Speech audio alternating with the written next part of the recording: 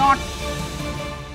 And it's a big breaking story right now. Google now cutting 12,000 jobs. That's a 6% slash to the global workforce. Sakshi, just this morning we were talking about Swiggy in the, 3-digit numbers.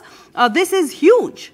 That's right. The nightmare really for tech and startup employees only seems to be getting worse globally, Sarah. And now we've just seen, of course, Google sent out this mail. They've apparently already sent out these emails to their employees in the US, and approximately 12,000 jobs will be slashed, which is about 6% of their workforce. Now, of course, there are, emails also mentioning about employee assistance plans. But really what experts are telling us, this is now turning into a cost-cutting drive. Of course, overhiring during the pandemic, the excessive fringe benefits really to the tech employees at a time when everyone was more online and using technology more than ever before. However, also CEOs now admitting in these emails that, look, as per our projections, the growth plans were supposed to be much, much higher, and we are not seeing those numbers come in. And so therefore now, in a bid to look at profitability for the future, we're taking these calls. But really employees anonymously tweeting, posting and saying that how is this really fair? Some even saying that, look, across the board really, when this is happening for startups and for the tech industry,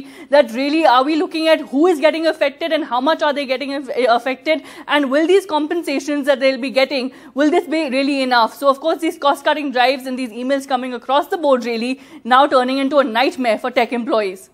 All right. And so talking about a nightmare, earlier in the day, Sakshi, you were also reporting about the layoffs at Swiggy. If you could just take us through that too.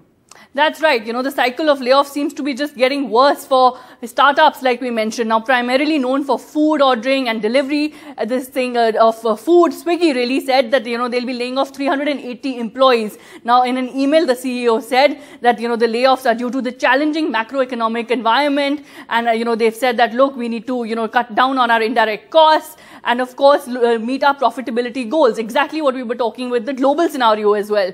So, of course, these are the kind of emails coming in. They also said that, look, projections for the growth picture have not sort of met what, expectations really were. But as experts seem to be telling us, that, look, this was, of course, overhiring. And, a CEO is admitting in these emails, the Swiggy CEO also saying that, look, we should have done better here as far as, our projections were concerned, really. So, of course, this nightmare now that was globally being witnessed is trickling back home as well.